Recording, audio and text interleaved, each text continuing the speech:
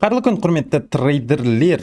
Бүгін маусымның 18-і, 26 жылдың 18 маусымы бейсенбі және әлемдік қаржы нарықтары кешке жарияланған федералдық резервтік жүйесінің шешімін бағалауды жалғастыруда. Аптаның басты оқиғасы аяқталды, бірақ оның салдары алдағы бірнеше күнге барлық негізгі активтердің қозғалысын анықтауы мүмкін.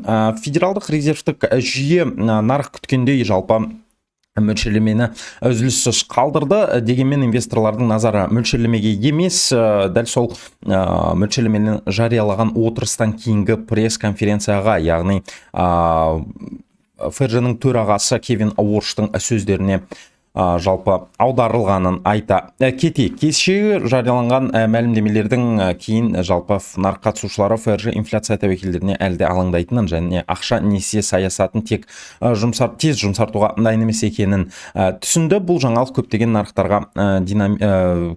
нарықтағы динамикаға бірінен әсерін тигізгенін айта кетейік. Алдымен Америка құрама штаттары долларының индексінен бастайық. Біз көріп отқандай, бірден дәл осы DXY индексі күшейді, нығайды. Инвесторлар реттеушінің мәлімдемелерін салыстырмалы түрде қатаң деп қабылдады.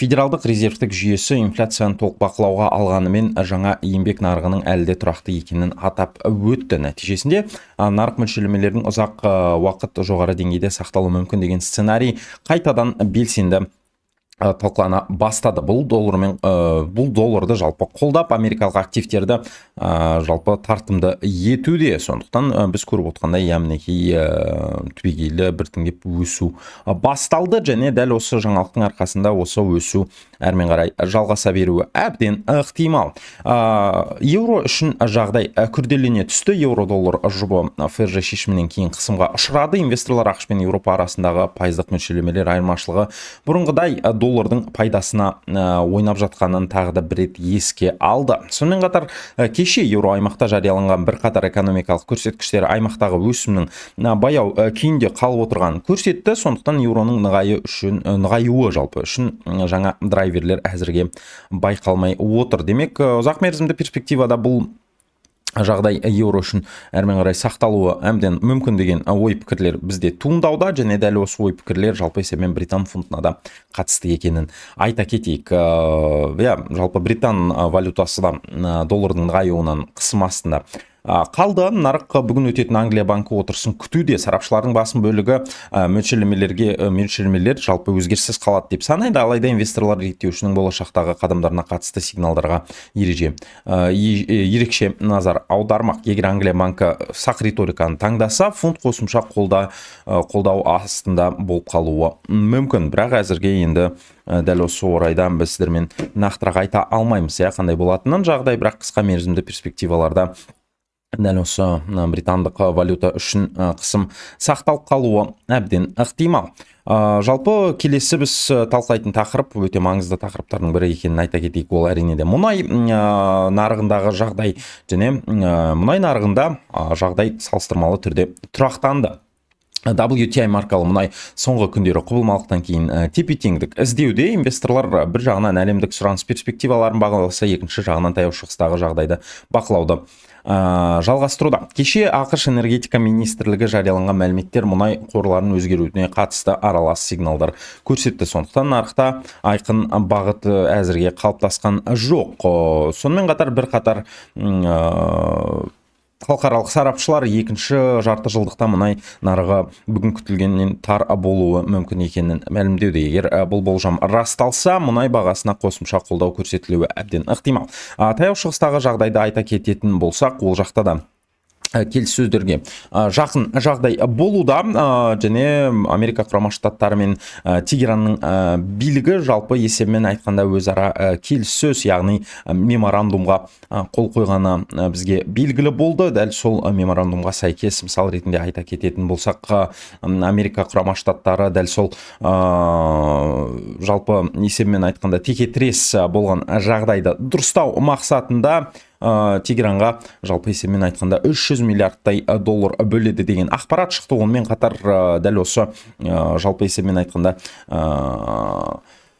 іс-әрекеттер, яғни белсенді текетірес аяқталған соң жалпы есебімен таяу шығыстың билігі, Тегеранның билігі 60 күн бойы Ормуз бұғасынан өтетін жалпы мұнай таситын кемелерден ешқандай ақша алмайтынын жазып қойған екен. Демек, бұл әрине де дәл осы мұнайдың негізгі жеткізу жолдарының бірін ашады деген сөз, яғни бұл әрине де жалпы есебімен айтқанда мұның бағасына позитивті әсерін көрсетеді деген сөз. Және біз де дәл осы позитивті бағаға сенеміз, баға дұрысталып келе жатыр, төмен динамика әрмен қарай жалғасуы әбден ықтимал. Жапон иенасы да тағы да бір рет инвесторлардың назарында, доллар иена жұбы жоғары деңгейде қалып отыр. Жапония банкі мөлшерлемелерді көтеру бағытын жалғастырғанымен ақш пен Жапония арасындағы кірістілік айырмашылығы әлде айтарлықтай жоғары. Кеше бірнеше жапон шенеунігі ұлттық валютаның шамадан тыс әлсіреуін мұқият бақылап отырғанын мәлімдеді. Мұндай мәлімдемелер әдетте нарық тарапынан ықтимал интервенция туралы ескерту ретінде қабылданады. Бірақ көреміз. Әзірге талай рет біз дәл сол интервенциялар туралы талқылап едік, бірақ жалпы есебімен айтқанда Америка Құрама Штаттары доллары бүкіл жалпы валюталық параларда күшейіп келе жатқан, валюталық жұптарда күшейіп келе жатқан көріп отырмыз. Сондықтан бұл жерде де дәл сондай динамика сақталуы мүмкін. Тіпті интервенциялар болған күннің өзінде де бұл аса бір қатты ықпалын тигізбейді қалуы мүмкін. Канадалық доллар үшін басты фактор бұрынғыдай мұнай болып қала береді. Соңғы күндері мұнай бағасының тұрақтануы канадалық валютаға қолдау көрсетуде, алайда ФРЖ-ның салыстырмалы түрде қатаң ұстанымы америкалық доллардың позицияларын күшейтіп отыр. Сондықтан америкалық және канадалық долларлық жұбы әзірге қарама-қайшы факторлардың ықпалында қалып отырғанын айта кету қажет. Десе де, біз түсінгендей ФРЖ-ның шешімі жарияланған сәтте бұл әрине де Америка Құрама Штаттары долларына өз жалпы көмегін тигізді. Сондықтан бұл жерде де дәл сондай жағдай сақталып қалуы әбден ықтимал. Яғни біз көргендей, жалпы доллар индексін қарайтын болсақ, бірдей графиктер келе жатыр. Еуро доллар графигін қарайтын болсақ, бұл жерде де дәл сондай жағдай. Сондықтан канадалық доллармен жұпта да сол жағдай сақталып қалуы әбден ықтимал. Алтын нарығына да маңызды өзгерістер байқалды жалпы есебімен айтқанда. ФРЖ отырысынан кейін алтын бағасы қысқа мерзімді қысымға ұшырады, себебі жоғары пайыздық мөлшерлемелер мен күшті доллар дәстүрлі түрде бағалы металл үшін жағымсыз фактор болып саналады. Соған қарамастан көптеген инвесторлар алтынды геосаяси тәуекелдерден қорғану ретінде жалғастыруда. Сондықтан алтын бағасының төмендеуі әзірге шектеулі болып жатыр. Қор нарықтарында да жалпы реакция аралас болған айта кетейік, бірақ алтын туралы айтатын болсақ, жалпы есебімен қысқа перспективада осындай мінекей жағдай болып қалуы мүмкін. Қор нарықтарында реакция аралас болған айта кетейік, америкалық индекстер ФРЖ шешімінен кейін құбылмалық көрсетті. Бір жағынан жоғары мөлшерлемелер компаниялардың болашақтағы қаржыландыру шығындарын арттыруы мүмкін деген ой пікірлер бар. Екінші жағынан ФРЖ мәлімдемелері ақш экономикасын әлі де жеткілікті тұрақты екенін көрсетуде.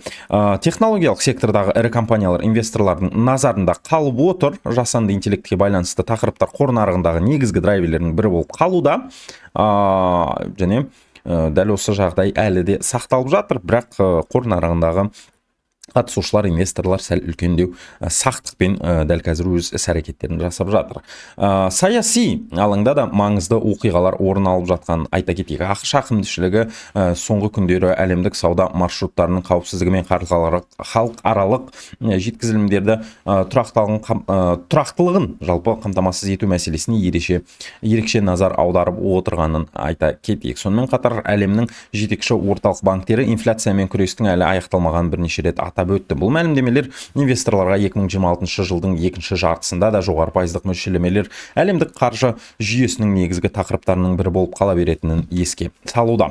Осылайша бүгінгі күннің басты қорытындысы мынандай: ФРЖ әзірге саясатты жұмсартуға асықпайды. Бұл долларға қолдау көрсетіп, алтын мен тәуекелді активтерге қысым түсіруде. Сонымен қатар мұнай, еуро, фунт және иена нарықтары енді жаңа жағдайларға бейімделе бастайды. Алдағы бірнеше күнде инвесторлар орталық банк өкілдерінің қосымша мәлімдемелерін, жаңа макроэкономикалық статистиканы және геосаяси жаңалықтарды мұқият бақылауды жалғастырады.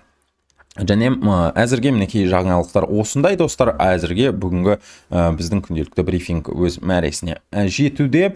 Егер Форекс нарығындағы жаңалықтарды жіберіп алмаймын дейтін болсаңыздар, міндетті түрде біздің Telegram және Instagram парақшаларымызға жазылып кетуді ұмытпаңыздар. Онымен қатар YouTube арнамызға да жазылып хабарламаларды қосып отырыңыздар. Келесі кездескенше сау болыңыздар.